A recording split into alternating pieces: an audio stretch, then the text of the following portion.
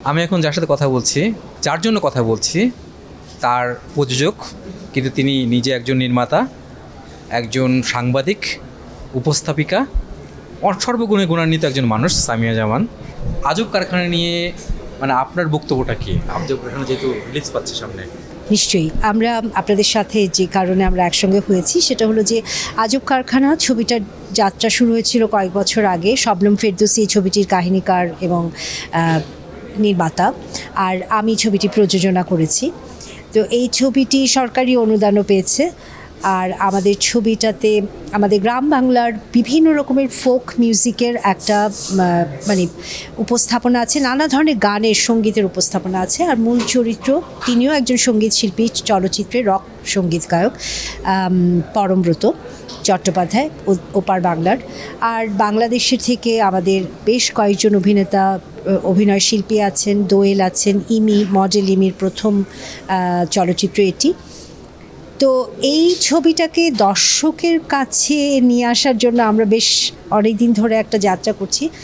যেটি আজব কারখানা নিয়ে আমার বক্তব্য হলো যে আমি ছবিটার সঙ্গে জড়িত হওয়ার একটা মূল কারণ হলো যে আমাদের বাংলাদেশের যে কিছু নিজস্ব শিকড় এবং নিজস্ব সংস্কৃতি আছে, তার মধ্যে আমাদের দার্শনিক কাব্যভিত্তিক গান এবং বিভিন্ন ধরনের সঙ্গীতের সমারোহ, এবং সেটার যে মানে গভীর একটা শিকড় আমাদের নিজেদের জীবনে।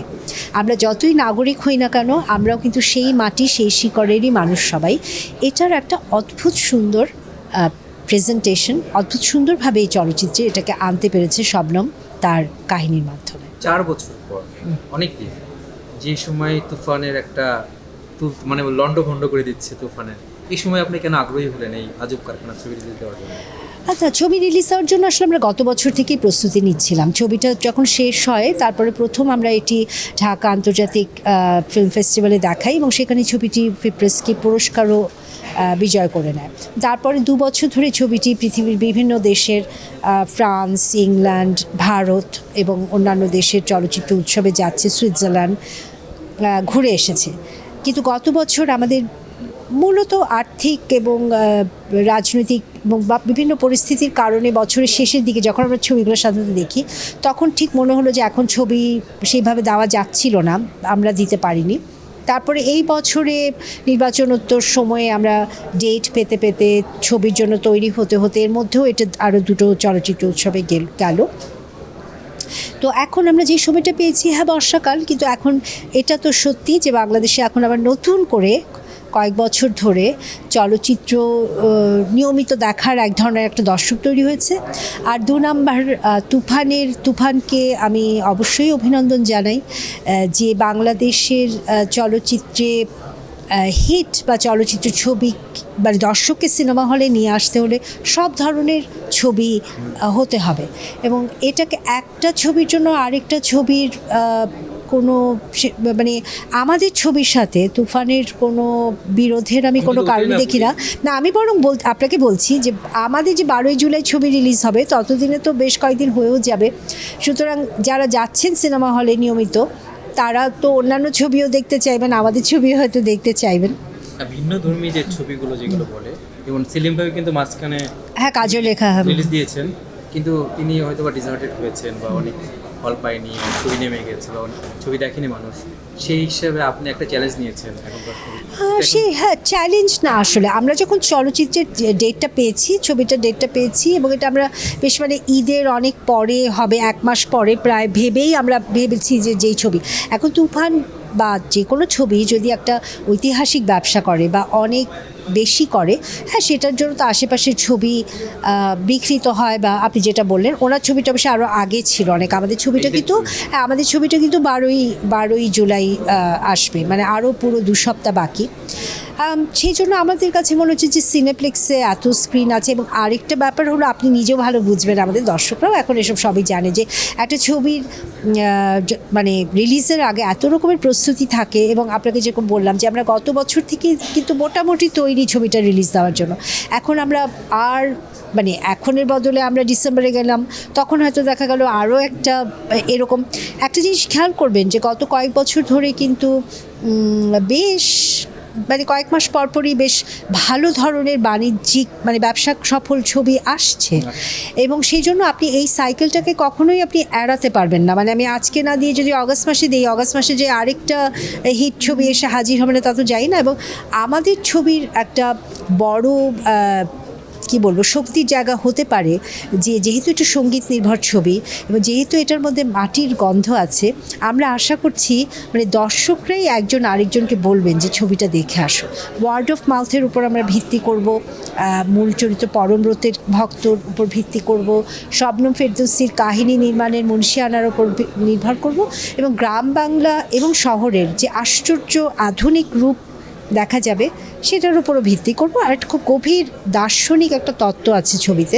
সব কিছু মিলিয়ে আমার মনে হয় যে মানুষ তো আর দিনে একটা ছবি মানে সপ্তাহে একটা ছবিই দেখেন না, একাধিক ছবি দেখেন। সিনেপ্লেক্সের মূল বার্তাটাই তাই।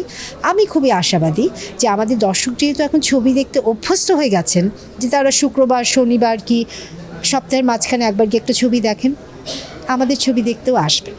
আকাশ কত দূরের পরে ফারিয়া শাহরিনকে তৈরি করেছিলেন, একটার পর আপনি কিন্তু পরবর্তীতে নির্মাণ মানে চালিয়ে যাননি। এই আগত আজব কারণে কিন্তু আপনিও করতে পারতেন। আজব কারখানা একেবারেই মানে শবনম ফেরদৌসির নিজস্ব নাটক, সংলাপ, চিত্রনাট্য এবং পরিচালনা, এটা ওরই চিন্তাপ্রসূত। অবশ্যই হ্যাঁ, এটার সঙ্গে আমাদের ৭১ টেলিভিশন এবং আমারও একটা যোগ আছে, কারণ আমাদেরই একটা পূর্ববর্তী টেলিভিশন আইডিয়ার থেকে এই ছবিটার একটা বীজ রোপিত হয়েছিল।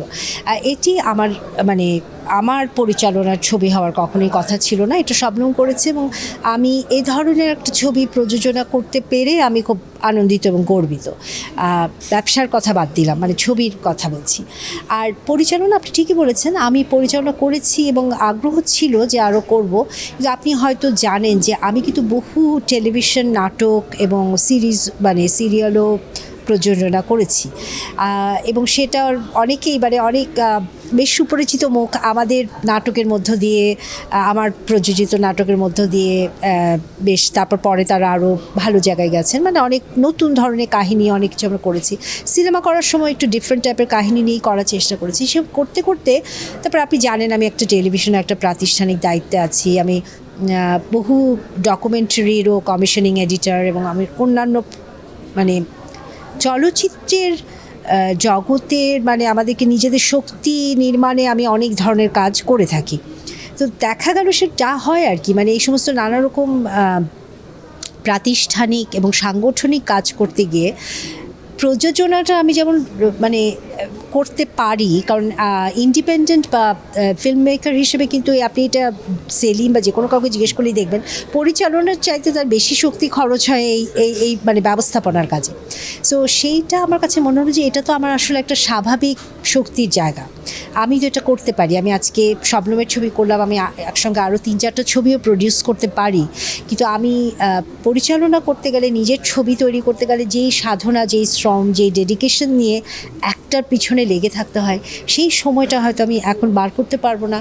এবং সেই সময়টা যদি আমি না দিতে পারি, তাইলে একজন ক্রিয়েটিভ মেকার হিসেবে আমার যে নিজস্ব যে স্বর, যে কণ্ঠস্বর, যে চলচ্চিত্র মানে নির্মাতার যে নিজস্ব, সেটা পর্যন্ত যাওয়া খুব কঠিন হয়ে যায়। আমি নির্মাণ কিন্তু করে দিতে পারি এখন যে কোনো কিছু, আপনি যেটা বললেন যে আমার সেই অভিজ্ঞতাটা হয়েছে, আমি 35 মিলিমিটারের কাজ করেছি, মানে সেটাকে আমি ভয় পাই না।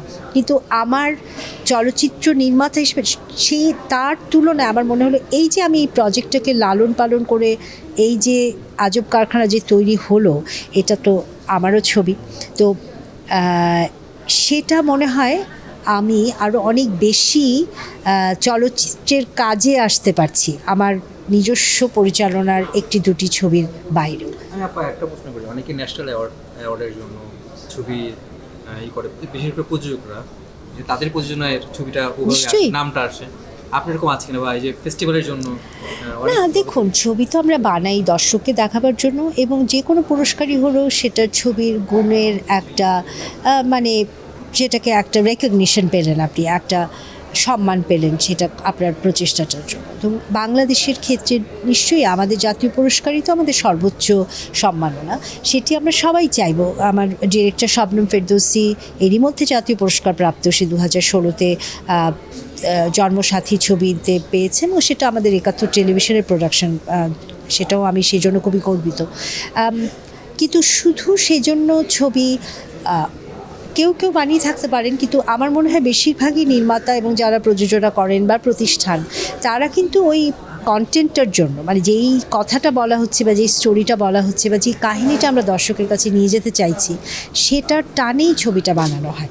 তারপরে যদি ছবিটা ভালো হয়, তারপরে যদি ওটা ওই বছরের প্রতিযোগিতার একটা ব্যাপার থাকে, অনেকগুলো ভালো ছবি যেই বছরে হয় সেখানে অতি ভালো ছবিও অনেক সময় পুরস্কার পায় না।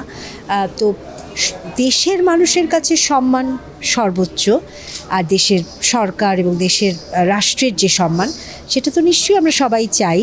কিন্তু শুধু সে কারণে ছবি বা অন্য কোনো কাজ কখনো করেছি বলে মনে হয় না। সেই অর্থে কিন্তু সেই ধরনের বড় ধরনের বলার মতো পুরস্কার কিন্তু আমি 21শে টিভি করার সময় পাইনি, কিন্তু আমি যেই পুরস্কার পেয়েছি সেটাও কিন্তু আবার অনেকে পাননি। অবশ্যই আপনার এই জন্য আমি চাই আপনারা যেভাবে হোক এভাবেই থাকেন, এবং আপনি যে পুরস্কার পাচ্ছেন আরও পুরস্কার আরও পান, মানুষের ভালোবাসা পান, এই দোয়াটাই। সেটাই, অনেক ধন্যবাদ।